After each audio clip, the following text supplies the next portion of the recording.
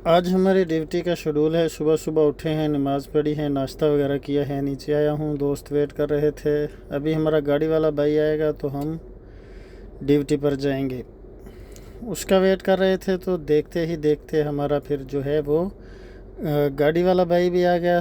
तो अभी हम जो है वो जाने लगे हैं ड्यूटी पर। गाड़ी को सलफ मार लिया, गाड़ी स्टार्ट हो गई, हम बढ़ रहे हैं गाड़ी पर। गाड़ी में बैठेंगे और जाएंगे सीधा कंपनी में। ये मेरा बहुत अच्छा दोस्त है, मुस्कुरा रहा है। लें जी, हम कंपनी में पहुंच गए हैं। रास्ते में मैंने वीडियो नहीं बनाई। ये हमारी कंपनी का थोड़ा बाहर से व्यू है। तो लड़के जो हैं वो आ रहे हैं ड्यूटी पर, जा रहे हैं ड्यूटी पर। हम भी वेयर हाउस में पहुंच गए हैं। ये हमारा वेयर हाउस का व्यू है, आपको दिखाता चलूँ। हमारी कंपनी का व्यू। इधर से हम गाड़ी लेंगे और गाड़ी लेके हम सीधा, ये हमारी गाड़ियाँ यहाँ पे लोड हुई खड़ी हैं। गाड़ी लेके हमने सीधा निकलना है अबू धाबी के लिए। मैं भी देखता जा रहा हूँ कि मेरी गाड़ी कहाँ पे खड़ी है। नंबर प्लेट से हम देखते हैं। ये दोस्त भी देख रहा था। गाड़ी देख ली है। अब हम ऑफिस में जा रहे हैं। ऑफिस से इनवाइसें वगैरह लेंगे। इनवाइसें लेके तो फिर वहाँ से इंशाल्लाह हम अबू धाबी के लिए निकलेंगे। वो आगे आगे और साथी भी हैं जो ड्यूटी पर आए हैं, जा रहे हैं ऑफिस में जाएंगे। वो आगे हमारा ऑफिस है और सब जो हैं ऑफिस में जा रहे हैं। ऑफिस में पंच करेंगे। पंच करने के बाद वहाँ से इनवाइसें पकड़ेंगे। इनवाइसें पकड़ने के बाद सब जो हैं अपना अपना प्लान देखेंगे कि किसने कहाँ जाना है। कोई दुबई जाएगा, कोई अबू धाबी जाएगा, कोई शारजा जाएगा, कोई अजमान जाएगा। और हमने रोज़ाना जाना होता है अबू धाबी। ले जी, हम निकल आए हैं। गाड़ी से, कंपनी से हमने गाड़ी ली है। गाड़ी लेके इनवाइसें लेके मैंने अपने हेल्पर को, कोलीग को उठाया है। तो हम जो हैं वो शेख ज़ायद रोड पे निकल आए हैं अबू धाबी के लिए। ट्रैफिक ज़्यादा नहीं है, बस कहीं कहीं पे थोड़ा रश आ जाता है। ये आप रोड के मंजर देख रहे हैं माशाल्लाह। दुबई के रोड बड़े प्यारे रोड हैं, बड़े खूबसूरत रोड हैं। बड़ा मज़ा आता है गाड़ी चलाने का। सुकून से बंदा बैठ के गाड़ी चलाता है, बड़ा मज़ा आता है। तो हम जो हैं आप देख रहे हैं, जा रहे हैं अबू धाबी इंशाल्लाह। तकरीबन हमें दुबई से 1 घंटा 20-30 मिनट लगेंगे अबू धाबी हमारी लोकेशन पर पहुंचने के लिए।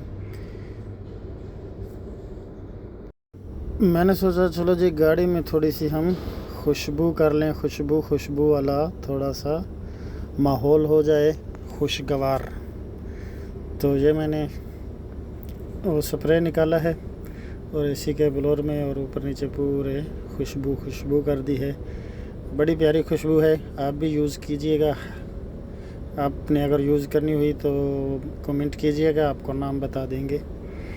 बड़ी प्यारी खुशबू है। एक दफ़ा जो है वो रूम इसमें गाड़ी में इसका प्रेशर मार लेते हैं तो फिर पूरा दिन गाड़ी से जो है वो खुशबू आती रहती है।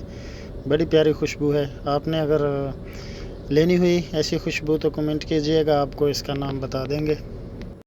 एक तो मुझे ऐसे लोगों की समझ नहीं आती जिन्होंने गाड़ी जो है वो 80-90 से ऊपर नहीं जाना होता और ट्रैक दूसरे में आ जाते हैं। भाई अगर आपने 80 पे गाड़ी चलानी है तो आप फर्स्ट ट्रैक में रहो, आप दूसरे ट्रैक में क्या लेने आते हो।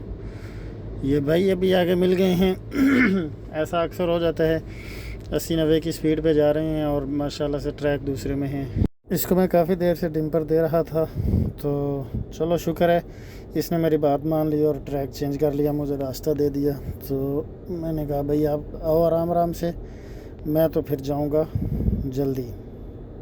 इतनी भी जल्दी नहीं है लेकिन खैर 120 की स्पीड तो अलाउ है।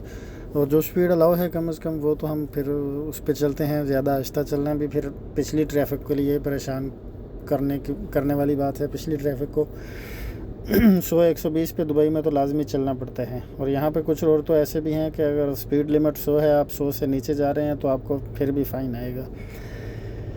तो अभी हम जाते जा रहे हैं अबू धाबी। इंशाल्लाह हम पहुँच जाएंगे कोई आधे घंटे तक। मैं बीच बीच में इसे काट के वीडियो बना रहा हूँ। ले जी, चलते चलते एक और भाई साहब आ रहे हैं जो हमें जो है वो रास्ता देने का नाम नहीं ले रहे। छोटी गाड़ी है ये, तो 120 की स्पीड पे जाके तीसरे ट्रैक में भी जा सकते हैं, लेकिन हमें तीसरा ट्रैक अलाउ नहीं है। अभी मैं इसको ओवरटेक नहीं कर सकता तीसरे ट्रैक से।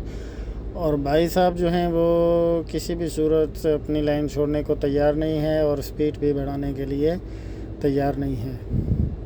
तो काफ़ी देर तो मैं भाई साहब को इशारे करता रहा, डिम्पर देता रहा कि भाई रास्ता दे दो।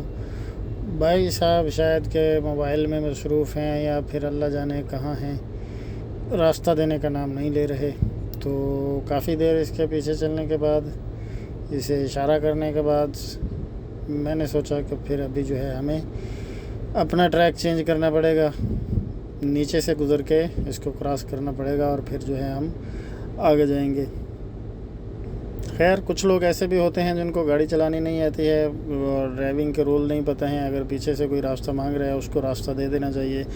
आप अगर ज़्यादा स्पीड में नहीं जाना चाह रहे तो आप ट्रैक चेंज कर लें, नीचे आ जाएं। आपको क्या ज़रूरत पड़ी है कि दूसरे ट्रैक वाली ट्रैफिक को भी परेशान कर रहे हैं। तो भाई साहब जो हैं वो बस ज़िद हैं, हालांकि इनकी सेम गाड़ी नीचे वाले ट्रैक में जा रही है, वो अपनी स्पीड में जा रहा है तो उसने नीचे वाले ट्रैक में रखी हुई है। तो ये 19-20 के फ़र्क के साथ जा रहा है, भाई रास्ता दे दो थोड़ा सा, बल्कि ये तो मानने के लिए तैयार ही नहीं है।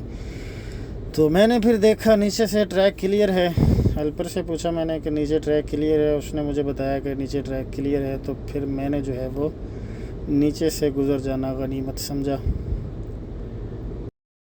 हेल्पर ने बताया कि जी 1 मिनट रुक जाएं, पीछे एक गाड़ी आ रही है। मैंने कहा चलें जी वो गाड़ी गुज़र जाए, फिर उसके बाद हम भी नीचे से क्रॉस करेंगे।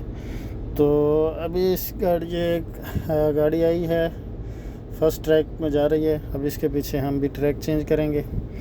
वो भाई साहब तो बस ज़िद हैं कि हम जो है वो आपको रास्ता नहीं देंगे और अपनी स्पीड भी नहीं बढ़ाएंगे।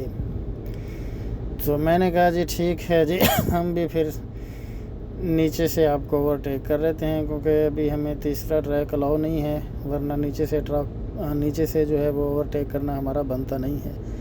तो हम जो हैं नीचे से आ गए हैं, अभी उनको पीछे कर दिया है और अभी हम जो है जा रहे हैं अबू धाबी की तरफ रवाना हो गए हैं।